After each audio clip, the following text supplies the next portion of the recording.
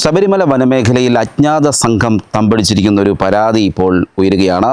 സീതത്തോട് ഗ്രാമപഞ്ചായത്ത് പരിധിയിലുള്ള കൊച്ചുകോയിക്കൽ, ഗുരുനാഥൻ മണ്ണ തുടങ്ങിയ പ്രദേശങ്ങളിലാണ് വീടുകളിൽ കയറി നിത്യോപയോഗ സാധനങ്ങൾ ഉൾപ്പെടെ കൊണ്ടുപോവുകയും ചെയ്യുന്നത്. കഴിഞ്ഞ ഒരാഴ്ചയോളമായി ഈ അജ്ഞാത സംഘത്തിൻ്റെ മോഷണം പല വീടുകളിലും നടന്നു വരികയാണ്. ഇതോടെ നാട്ടുകാരും ഭീതിയിലാണ് കഴിയുന്നത്. ഈ സംഭവം നേരത്തെ മുതലേ നടന്നുകൊണ്ട് ഇന്ന് ഞങ്ങൾ പേടിച്ച് ഇങ്ങനെ താമസിക്കുന്നത്. തൊഴിലുറപ്പ് ചെയ്തോണ്ടിരിക്കുവായിരുന്നു. പെരയുടെ മേളിലെ രണ്ട് ഇടിക്ക് മേളിൽ തൊഴിലുറപ്പ് ചെയ്തോണ്ടിരിക്കുവായിരുന്നു. അവരുടെ തള്ളയും മോളും കൂടെ തൊഴിലുറപ്പിന് പോയി. അവിടെ ആ സമയത്ത് അവരുടെ വീട്ടിൽ കയറി ബെഡ്ഷീറ്റിന്റെ അകത്തെല്ലാം വാരി കെട്ടി ഒത്തിരി അരിയും സാധനങ്ങളും എല്ലാം ഉണ്ടായിരുന്നു. നേരത്തെ ഇങ്ങനെയൊന്നും സംഭവമില്ല. നേരത്തെ ഇങ്ങനെയുള്ള സംഭവങ്ങൾ ഇവിടെ ഇല്ലായിരുന്നു.